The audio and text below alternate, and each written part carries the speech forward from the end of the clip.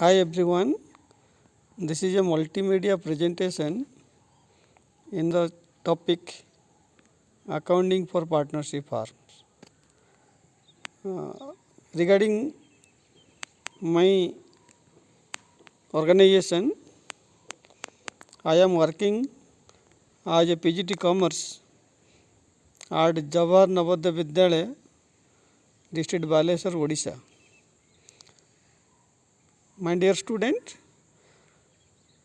this multimedia presentation will help you to know the basic things about partnership firms. First of all, I would like to discuss about the meaning of partnership firm. All the partnership firms in India are managed by the Indian Partnership Act 1932. So, in that act, under section 4 of Partnership Act 1932, the meaning of partnership firm is written.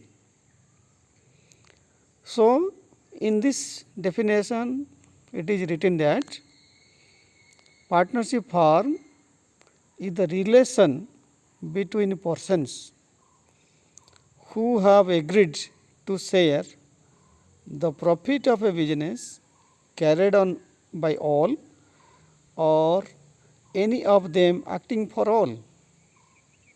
My dear student, partnership means more than one person must be there. So, there must be two persons, at least two persons, then only the relationship will be formed. So, partnership starts from the relationship. Relationship means friendship. So, there must be minimum of two persons. So, maximum number of members in a partnership firm can be 50. So, the person who have formed an organization have to agree with themselves to share the profit or loss of the business. To share means to distribute. That means they should agree to share the profit or the loss of the business. Another thing in this definition we have to just concentrate that they should carry a business. Their relationship must be carried to a business. Friendship, relationship means friendship should not be related to play games, football, basketball, volleyball or cricket. So, the relationship to play cricket cannot be considered as partnership firm, but the relationship to form a business is called as partnership firm. And how it is managed? In the last line of this definition it is written that it is carried on by all members, all partners, they have to manage because all members are equal. So, they have to manage their firm or any of them acting for all.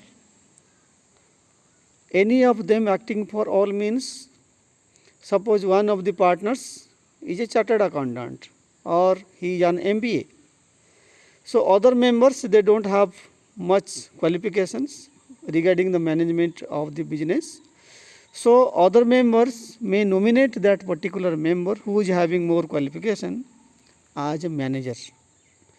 So, my dear student, the member who is having more qualifications or to whom other members nominate can manage the firm, but he will manage the firm on the basis of or on behalf of all the partners. If due to his mismanagement, if the firm suffers loss, then all partners should suffer loss. All partners should share the loss. If due to his good management, if their partnership firm earns profit, huge profit or large profit, the nominated members should not take that profit, saying that he is able manager. Due to his ability, he earn more profit. That's why he should get more profit. That should not be the criteria. That means if you nominate any member, he should act for all. If business suffer loss, everybody should share it. If the business suffer profit due to his management, the profit should be divided. And from this definition, we can know the characteristics or nature of partnership firms. That I have already discussed about it. That means there must be 2 or more persons. More means maximum it can be 50. As per Indian Companies Act, the maximum number of members of a partnership firm in India can be 100, but now it is limited to 50. If time will come, it can be extended up to 100. So there must be 2 persons. Agreement means there must be a written agreement. The agreement can be 2 types. One is oral agreement and another is a written agreement. But it is advisable to keep a written agreement for the better management of the firm. Agreement means the terms and conditions of the firm. And the relationship must carry the business motive must be there, and there must be mutual agency. All members are principals and all members are agents, all are equal. And the next nature is sharing of profit.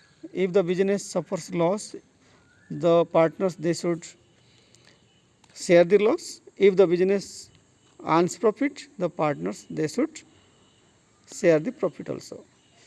And the most important thing is that we have already learnt it in 11th class, unlimited liability of partners. If due to heavy loss in the business, the private property of the partners, private property means the property of their father, mother, wife, husband, etc. The private properties or jewelry of their wives, the private property can be held liable to pay the loan or loss of the firm. That is called as unlimited liability. Suppose one partner invested rupees 50,000 in partnership firm, but due to heavy loss, the amount or share of loss of a partner is 60,000. One partner has invested 50,000 rupees, but due to heavy loss, his share of loss is coming 60,000. Investment 50,000, but the liability is 60,000. So 10,000 more loss he can manage from his private property. Regarding partnership deed, that I have discussed now only. It is a document which contains the terms and agreement is called as partnership deed. Content of partnership. It is a document. It is a document or agreement. So the agreement must carry the terms of the partnership firm. The deed should be properly drafted and prepared as per the provision of Stamp Act and preferably registered with the registered of firms. If your firm is not registered, then you may face lot of difficulties. So your firm must be registered. But it is not compulsory to register a partnership firm. You may register it, but an unregistered firm cannot get more benefit from the government. Regarding deed means agreement among the partners. What we must write in that agreement? Name and address of the firm and their occupations, name and address of the partners, amount of capital contributed by the partners, the accounting period of the firm, from which date to which date the accounting period will be there, the date of partnership commencement of the firm, rules regarding the operation of bank account, rules regarding sharing of profits, profit sharing ratio, the rate of interest on capital, interest on drawings, duties and responsibilities of the partners, etc. Whatever things they want to keep in the deed, they can also put here. And if there is no deed, suppose they are very good friends, but they have not prepared the deed. They are very close friends. One of the partners told that there is no requirement of deed. All are equal, that's why whatever profit will be there, that will be shared among them. So in case of there is no deed, there is no agreement, and in future if the firm earns more profit or a large amount of profit, so the partners may conflict each other for sharing of profit. So they will go to the court. The judge of the court will solve their problems by following the provisions in the partnership form. Actually, if there is no deed, these are the following provisions or rules to solve the disputes among the partners. If there is no deed, suppose they are very close friends, but problem arises. So by applying these provisions, the judge can solve their problems. First of all, equal profit sharing ratio. So the profit sharing ratio must be equal. If there are two partners, then it is 1:1. If there are three partners, there will be 1:1:1, like that only. If four partners, 1:1:1:1, like this only, it will be there. No interest on capital. Suppose there is unequal contribution of capital, so the interest on capital not given. No interest on drawings also be given, and interest on loan or advance given by the partner to the firm will be 6% per annum. If bank interest is more than 6%, suppose if you take loan from the bank, the rate of interest will be 12%, 15%, like that only. But here, if there is no agreement, no deed, then the loan amount, interest rate will be 6% per annum. And the last one is no remuneration for firm's work. If some of the members are working extra hours for the firm, they should not demand any remunerations or any, we can call it salary for extra work. And what are the special aspects of the partnership accounts? In the partnership account, we have to maintain the capital accounts, and we have to maintain the profit and loss appropriation account, that is called as distribution of profit among the members. Adjustments for wrong appropriation of profit, that is called as past adjustment, that we will discuss in another video. And reconstitution of the partnership firm, if any admission of partner will be there, if any of the members or partner will leave the firm, that is retirement of the partner or death of the partner, that is called as reconstitution of the partnership firm. And lastly, dissolution of partnership firm. If all the partners agree to stop the firm, then what are the processes that we will discuss, that is dissolution of partnership firm. Generally, the capital accounts are prepared in two methods. One is fixed capital method, another is fluctuating capital method.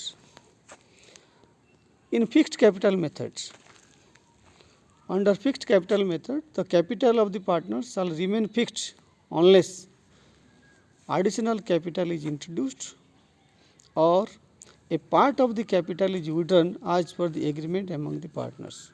That means this is a capital account where the closing balance does not change. Suppose Mr. A is a partner, he has given rupees 50,000 as capital, but his capital will remain fixed till the end of the year. If there is a profit, the profit will not be added there. So the capital will remain fixed there. That is called as fixed capital method. And in case of fixed capital method, we do prepare two accounts. One is partner's capital account, another is partner's current account. I told that the capital of the partner will not change in this case, but the profit, share of profit of a partners, interest on capital, like that only, all the things will be recorded in partner's current account. That means in fixed method we have to prepare two accounts. One is partner's capital account, another is partner's current account. In partner's capital account, the opening balance of capital, closing balance of capital, capital withdrawn and capital introduced will be recorded, and all other informations like interest on capital, interest on drawing, sharing of loss or profit will be recorded in partner's current account. And next, second method is, suppose there are two methods I told. One is fixed method, another is fluctuating capital method. In fluctuating methods, the closing capital of the partners will fluctuate. That means will change. Under this method, only one account, that is capital account, is maintained for each partner. All the adjustments like interest on capital, interest on drawings, profit and loss, sharing of losses, etc., are recorded in the same capital account. There is no requirement of current account here because there is no necessity of current account. All the adjustments are recorded in capital account. So we can distinguish also. Sometimes questions comes distinguish between fixed method and fluctuating method. Here I have given only 4 differences. In fixed method what is there, and in fluctuating method what is there. Closing balance remain fixed in fixed method, and fluctuating method it keeps changing. Number of accounts, fixed methods, 2 accounts are prepared. One is capital account, another is current account. But in fluctuating method only one capital account is prepared. Negative balance or closing balance.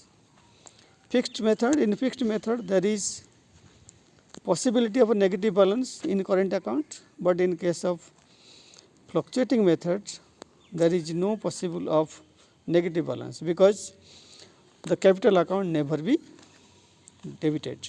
The capital balance never be negative balance. Our presentation in the balance sheet. Generally capital account is presented in the balance sheet. Generally in fixed method the current account is maintained. So if it shows negative balance, it can be shown in the asset side.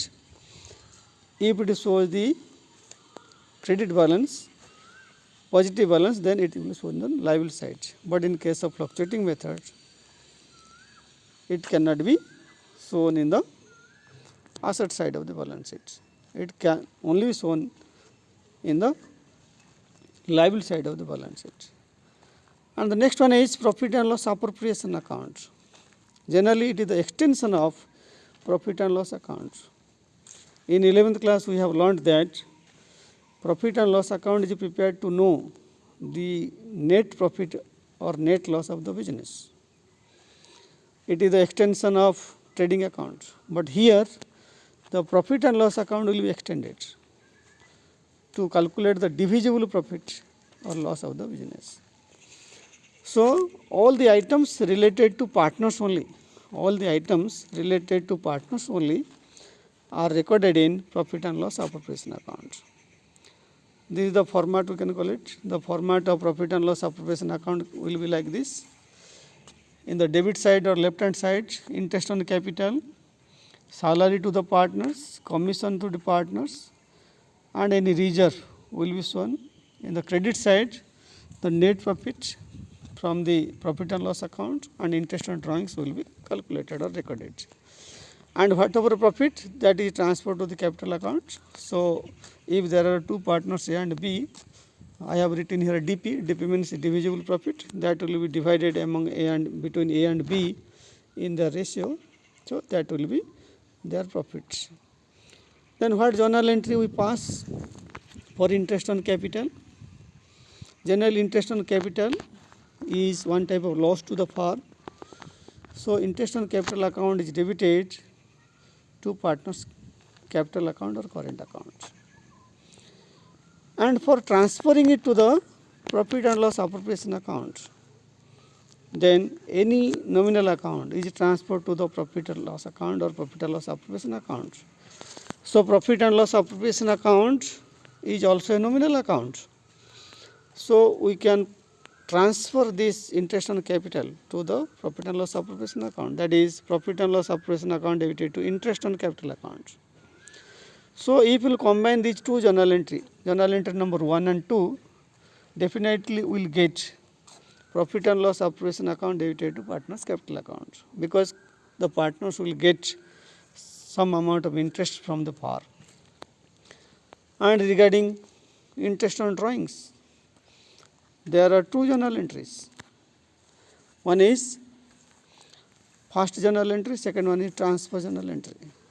Then partners capital account, current account debited to interest on drawings, because interest on drawings is credited here because it is one type of profit to the firm. And while transferring it to the profit and loss appropriation account, interest on drawings account debited to profit and loss appropriation account, just a reverse of interest on capital account. And for partner's salary, same thing happens here, because it is salary means it is one type of loss to the firm. The treatment of interest on capital will follow here. Salary to the partner's account debited to partner's capital account or current account. Again we have to transfer it to the profit and loss appropriation account. Then the journal entry will be profit and loss appropriation account debited to partner's capital account or salary to the partner's account. So we can also combine these two journal entries. So if we will combine, then the combined journal entry will be profit and loss appropriation account debited to partner's capital account or current account. For sharing profit or loss,